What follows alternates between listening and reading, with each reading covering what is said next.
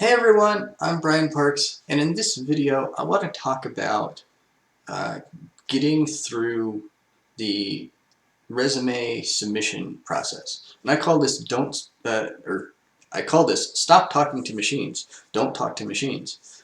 Basically what I mean by that is that lots of companies use some sort of automated tool to filter resumes. So you submit something through their website. It might be powered by one of the big players in the hiring and onboarding process space. Uh, and those tools take your resume in and they look for specific keywords. More often than not, they're buzzwords, but they look for keywords or in some cases tags to determine if you have the experience that the company is looking for. I think this is bad. I don't think this is a good way to go about doing things, and I don't think it's really a good way. I don't think it's a good thing for you, the candidate who's submitting your resume. Um, and that's for two reasons. One is that you don't want to work for the machine. You're not going to work for the machine. You're going to work for an actual person. So I would much rather you have a relationship with people that you might end up working for or with than trying to play this game of going through the machine and maybe on paper being a fit for the job or a fit for the company. I don't think that's a great way to build a culture. Um, I could go off on multiple tangents there, but I'll save those for later videos. Uh, and the other reason is that you really don't have a great chance of getting through to the next round. Doesn't matter how good your resume is. I've seen back in kind of the first round of layoffs from the 2020 pandemic, lots of people were posting about their job search outcomes and creating nice little graphs. So they were showing that if they sent 100 resumes out, maybe 10 of them, maybe 20 of them got through that first round and they got a call back, and then so on from there. Eventually they did land a job. But in one that I'm thinking of, and I'll see if I can find it, and if so, I'll put it in one of the corners up here.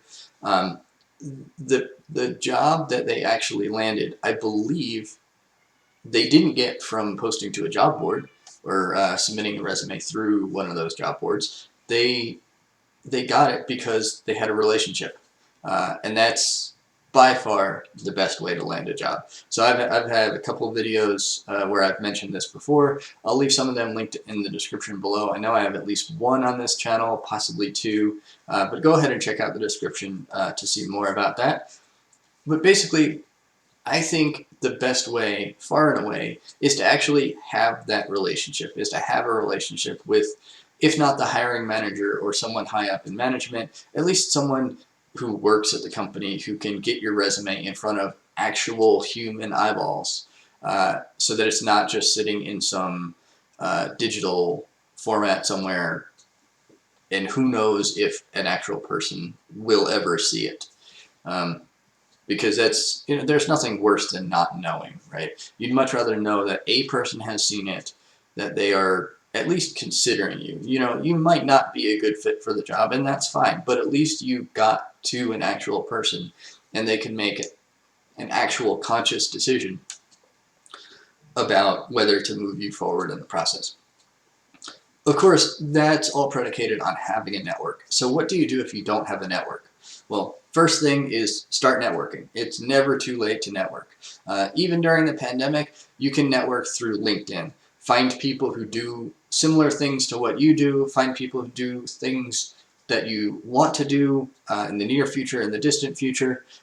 Find groups, find ways to contribute, find posts to comment on and contribute to the conversation, and increase your connections with legitimate, strong connections that you actually want to kind of build a relationship with.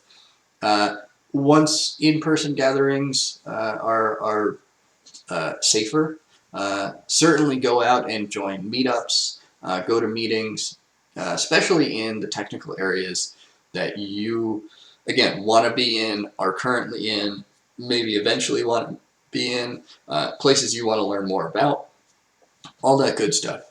again, you might not end up talking with the hiring manager or the HR people, but you might talk to someone who works at that company who either knows the hiring manager or at least is aware that their company is hiring, and now you have a relationship with an actual person, and they can help bring your resume to the company. They might even have a referral link that they can send you so that when you submit your resume, still through an automated system, it goes straight to a recruiter and kind of floats to the top of the list because you have that relationship. That's the way that I would go about doing it. So that's first thing is, if you don't have a great network, go network. Second thing is, your network is always bigger than you think it is. So definitely go through your contacts on LinkedIn and look for people that you are connected with. Nobody has no contacts. Everybody has some contacts on LinkedIn. So keep an eye out for that. The third thing is leverage what network you have. So even if you don't have a great network, you still have some connections. So just go with that and start building your network from there. Start communicating from there. Fourth, there's a strategy that some of my friends and colleagues have done, which is to add a keywords or tags section to, I think most of the time it's to each experience on the resume. This isn't something that I do, but this is something that seems to work for them. So I feel comfortable recommending it to all of you.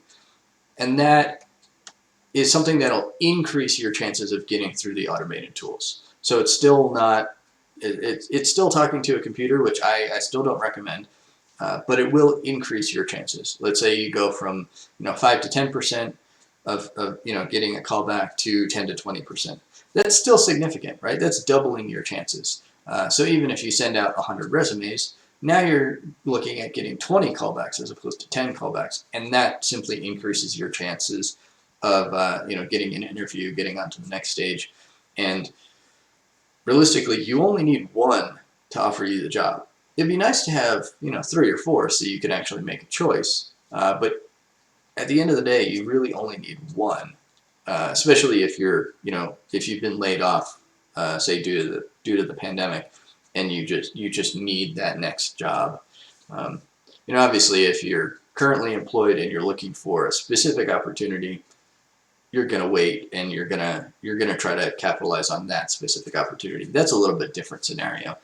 For this, I'm talking specifically about you don't have a job, you need a job, you're looking for a job. How do you get that job? Maybe it's not because of the pandemic. Maybe you're a recent code school grad, and you just haven't gotten your first programming job yet. This can be a great way to do that. Definitely network. That's the #1 way to get you your next job. As I mentioned before, I've got a couple other videos, at least one, possibly 2, on this channel, talking about how to land a job and how to get that job. So I'll leave those linked in the description below. Thanks for watching this video. If you like this content, go ahead and give it a thumbs up. Share this with anyone you know who is looking for a job. This might help them, and be sure to share those other links as well. Those go into far more detail about a lot of topics in this space. And subscribe to the channel if you like content like this, or even more technical content. I've got some more technical content a few months ago on this channel that you can check out, and I have plenty more coming up. In fact, I think next week is going to be a technical one on, I think it's OpenSSL. So if you've ever had any interest in SSL certificates, how they work, how to build them, how to do anything with them, be sure to subscribe, click that notification bell so you can be notified when that video is released next Thursday, most likely. And that's all for today. Thanks for watching, and have a great week.